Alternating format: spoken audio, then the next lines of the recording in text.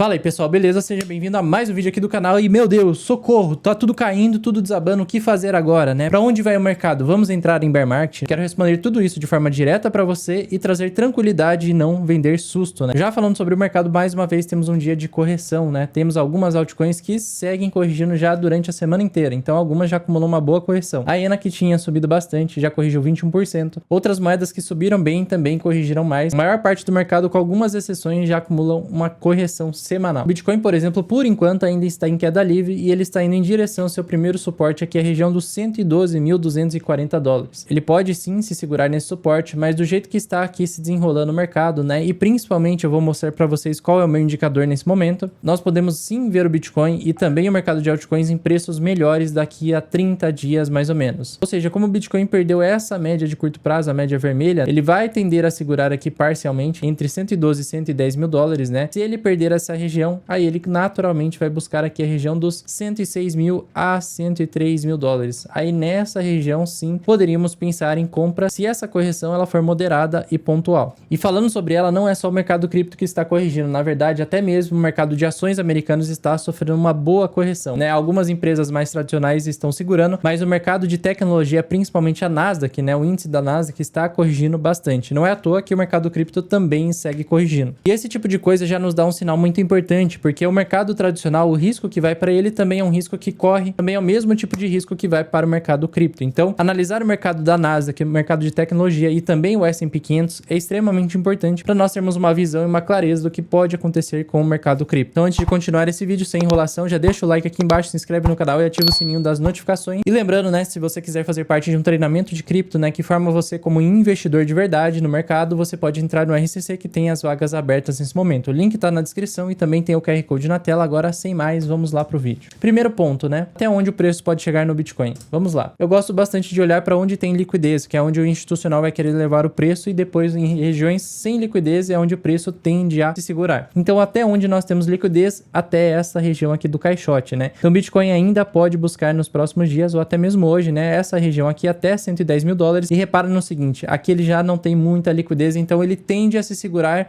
no curtíssimo prazo. Mas o que eu estou de olho, de fato, é para essa região para os próximos 30 dias, onde o Bitcoin ainda pode chegar aqui embaixo, ó, nessa região aqui dos 106 mil dólares até 103 mil dólares. Não tem tanta liquidez quanto aqui nessa região, ou seja, aqui a chance é bem alta dele buscar ainda, enquanto aqui a chance já não é tão alta. Por isso, o prazo de 30 dias. Mas quanto mais baixo o preço ficar e se ele lateralizar nessa região mais baixa, a chance aumenta bastante dele buscar essa região. Se ele fizer uma correção rápida, né, liquidar apostadores de alta até 109.900 ali, quase 109.500, para depois pegar os apostadores de baixa já nas próximas semanas, aí invalidaria esse tipo de operacional, tá? Então sim, nesse momento a gente está no meio do caminho. Ele ainda não terminou seu processo de correção, não mostrou ainda nenhum sinal de fundo e nenhum sinal de que a correção terminou. Nós temos que esperar o mercado estabilizar, não tomar decisões precipitadas agora, e principalmente, né, para aqueles que não venderam, não tem caixa, mas eu acho que a maioria, porque a gente fez um encontro ontem com quem se inscreveu no evento do RCC, a gente fez um encontro no Google Meet mesmo, bem pessoal, a maioria estava com caixa esperando oportunidades, né? Para aqueles que não terminaram de fazer realizações ou vender, esses dias de grande correção não são bons dias de venda, né? Geralmente nos dias seguintes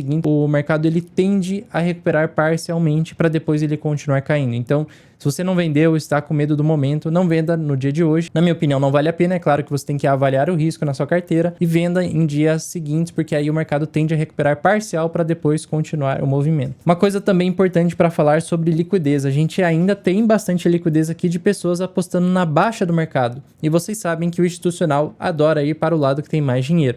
Então ele termina de buscar o dinheiro daqui para depois vir buscar o dinheiro lá de cima. Então sim, ainda é possível daqui 30, 40, 60 dias o Bitcoin ele retornar para essa região aqui, se ele não fizer isso muito rápido, dependendo dos dados que vierem na semana que vem, porque sim, nós temos aí coisas extremamente importantes para a próxima semana. Então a questão hoje não é se ele vai voltar, mas é quando que ele volta para essas regiões maiores, né, de preços ali dos 126, 127 mil dólares onde tem liquidez. Da mesma forma, quando que ele vai buscar ali a região dos 106 mil dólares que não tem tanta liquidez, mas é possível ele buscar ainda nos próximos 30 dias. Por mais dúvidas que existam nesse momento, né, existem algumas respostas e a gente pode analisar com base em algumas coisas que já aconteceram aqui com o Bitcoin, por exemplo. No geral, a média das correções do próprio Bitcoin nesse ciclo está sendo de em torno de 12%, ou seja, ele tem um período de alta, depois desse período ele cai 12%, aí ele estabiliza e depois retorna e fica lateralizando, né, antes dele entregar correções maiores. E as correções maiores, né, como foram essa daqui, essa daqui, chegam entre 28 a 32% no máximo, né? Então, isso já é uma base para nós considerarmos até onde o preço do Bitcoin pode chegar numa correção. Outra questão bem importante, né, as zonas de suportes, né? Quais são as principais zonas de suportes? Nós temos assim uma região bem frágil entre 108 mil a 123 mil dólares, né? Onde o Bitcoin não tem suportes tão fortes assim. O suporte mais forte do Bitcoin está entre 108 a 110 mil. Depois, nas faixas de preços seguintes, os suportes não são tão fortes. Então, por isso que eu falei, nós ainda estamos no meio do caminho. Já abaixo, né? Se o Bitcoin perder ali a região dos 108 mil dólares, onde a gente poderia esperar um suporte muito forte? Entre 103 a 100 mil dólares. 100 mil dólares hoje é o suporte mais forte do Bitcoin, tá? O ciclo daqui em diante. Aqui é uma região extremamente forte nesse curto prazo. Se ele perder tudo isso, né? Aí sim a gente estaria entrando em bear market. Mas para confirmar um bear market, no caso, levar muito tempo. Não cai em linha reta de uma vez, né? Ele vai fazer quedas, lateralizar, aí ele sobe parcialmente, aí depois ele cai. Aí se ele perde 100 mil dólares, ele pode ainda retornar na mesma semana, aí não confirma bear market. Ele pode ainda perder os 100 mil dólares e na mesma semana ele retorna acima de 100 mil dólares, invalidando o bear market. Mas se ele perder 100 mil, se manter abaixo de 100 mil, aí nós estaríamos entrando numa fase prolongada de correção. Então, qual é o pior cenário hoje, né, a curto prazo? Seria o Bitcoin ele voltando para casa ali dos 100 mil dólares. Ele segura lá em 100 mil para depois ele continuar o seu movimento de alta natural. Ele poderia fazer isso e não perderíamos a estrutura de alta e nem entraríamos em bear market. Qual que é o cenário mais provável? O Bitcoin corrigir entre 112 a 108 mil dólares, segurar essa região e depois continuar subindo. Mas ele depende de uma coisa, que é isso que está me norteando nesse momento. É o mercado de ações de tecnologia dos Estados Unidos. Tô pegando o índice da Nasdaq, quem lembra aí que eu venho falando desse topo aqui dele anterior, né? Que se ele perdesse, ele estava segurando, se ele perdesse, aí nós teríamos um processo de correção maior no mercado cripto. Perdeu no dia de hoje, perdeu com força, né? Geralmente quando perdemos uma região importante, o movimento é explosivo, então é normal esse tipo de correção. Qual foi a última vez que a Nasdaq fez esse tipo de movimento do institucional? Isso daqui é barra de institucional vendendo, tá? Não é uma venda normal ou comum, é uma venda de institucional, basicamente. Olha o tamanho da barra aqui, ó. Isso daqui é volume institucional. Quando foi a última vez que tivemos uma correção grande desse jeito? Foi aqui, quando tivemos a divulgação no dia 1º de agosto dos dados de mercado de trabalho. Para quem não se lembra, os dados vieram extremamente negativos, mostrando enfraquecimento do mercado de trabalho americano, que se indica que os Estados Unidos estão se encaminhando para um cenário de desaceleração econômica, o cenário que seria extremamente negativo para o mercado de risco. Isso falando a curto prazo, porque num prazo um pouco maior, isso estimula o corte de juros, né? Obriga praticamente o Fed a cortar os juros. No curto prazo é ruim, mas no médio prazo seria bom para o mercado de risco, pois aumenta a liquidez, basicamente. Então, como que o mercado se comportou aqui no índice da Nasdaq? Também nós estávamos em região de topo, né? Mas ele estava aqui numa alta mais forte, né? Anteriormente. Fez o topo, aí entregou em um dia uma grande correção, no dia seguinte entregou mais uma correção, buscou a média de curto prazo, fez suporte para continuar subindo. Então sim, do jeito que está a correção aqui, é muito provável que ela venha buscar primeiro essa média de curto prazo.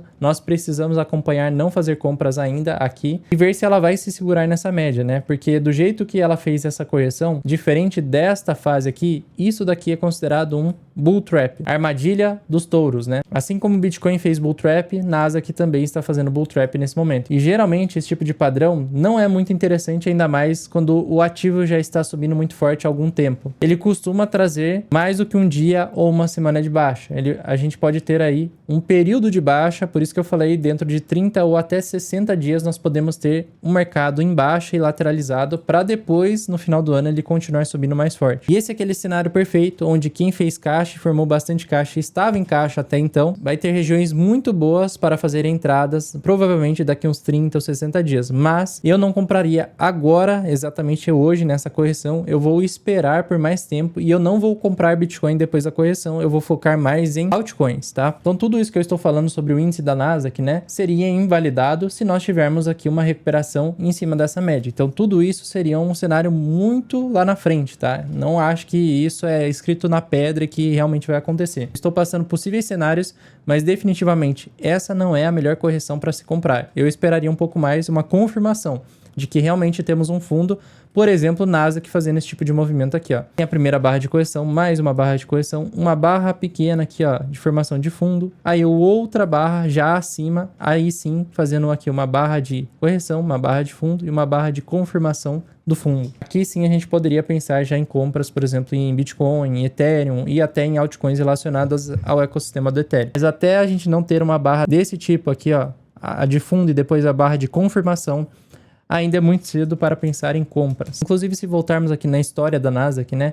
É normal ter esse tipo de correção e geralmente ela para aqui na média vermelha. Minha única preocupação é essa, né? É porque nós estamos num cenário de bear trap, porque estávamos em forte alta, ele perde o topo anterior, né? E com força ainda, e tende a passar um período de correção um pouco maior e acredito que possa buscar pelo menos a média amarela. Nesse cenário teríamos mais semanas complexas, né? Não seria qualquer queda para se comprar. A gente teria que ter mais paciência e olhar os sinais do mercado. Agora falando um pouco sobre altcoins, né? O Ethereum, por exemplo. Olhando para o gráfico do Ethereum, por enquanto, né? Ele ainda está em estrutura de alta normal, né?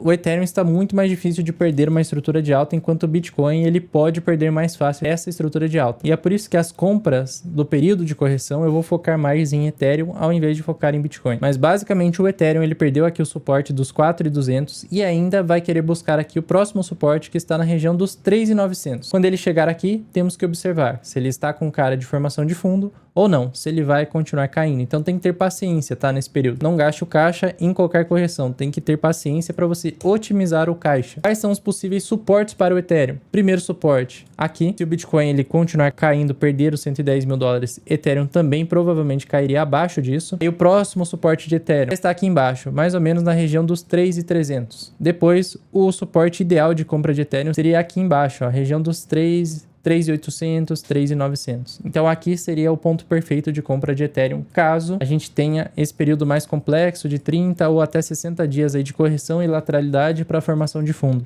Então é aquilo que eu falei, se a Nasdaq inverter, ela invalidaria completamente tudo isso que eu falei. Já se ela manter esse processo de correção, perder as médias, né, principalmente a média vermelha de curto prazo, aí sim a gente teria preços muito melhores do que os de hoje, tanto em Ethereum, quanto em Bitcoin, quanto em altcoins. Neste momento eu vou permanecer a maior parte da minha carteira que já está em caixa, eu vou continuar com ela em caixa. Não vou fazer nenhuma venda com medo, né? Por exemplo, tem lá o Bitcoin que eu não vou vender, já tem essa quantidade fixa na carteira e também tem uma porcentagem lá em Ethereum que eu também não vou realizar nesse momento. Eu vou segurar e não vou vender. Onde tem mais de 65% da carteira em caixa, eu vou segurar em caixa em dólares até enxergar pontos melhores de compra e pontos oportunos. Agora falando sobre altcoins menores. Nesse período, eu não ficaria segurando altcoins, né? Isso daqui seria uma decisão pessoal. Aí o que você vai fazer na sua carteira depende exclusivamente de quanto risco você está correndo nas altcoins menores. Porque o Ethereum, por exemplo, ó, eu tenho completa noção de que ele pode corrigir pelo menos de 30 a 40%, mantendo essa posição para no final do ano ele continuar subindo. Então, o cenário de continuação de alta e de que o Ethereum ele vai alcançar preços maiores, eu não descarto. Só que esse curto prazo, 30 a 60 dias, pode ser mais complexo e com correções maiores. Então, eu sei que aquela posição que eu tenho ainda pode corrigir pelo menos 29% do preço atual do Ethereum. E eu estou confortável com isso. E a posição de Bitcoin que tem lá na carteira, eu sei que ela ainda pode corrigir, ó, 6% do preço atual. Então isso daqui é tranquilíssimo para quem investe em risco, né? 6% é pouco. Se o Bitcoin perdesse, né, os 106 mil dólares, que é o primeiro suporte, e ainda vai lá para 100 mil dólares, aí seria uma correção um pouco maior, ó,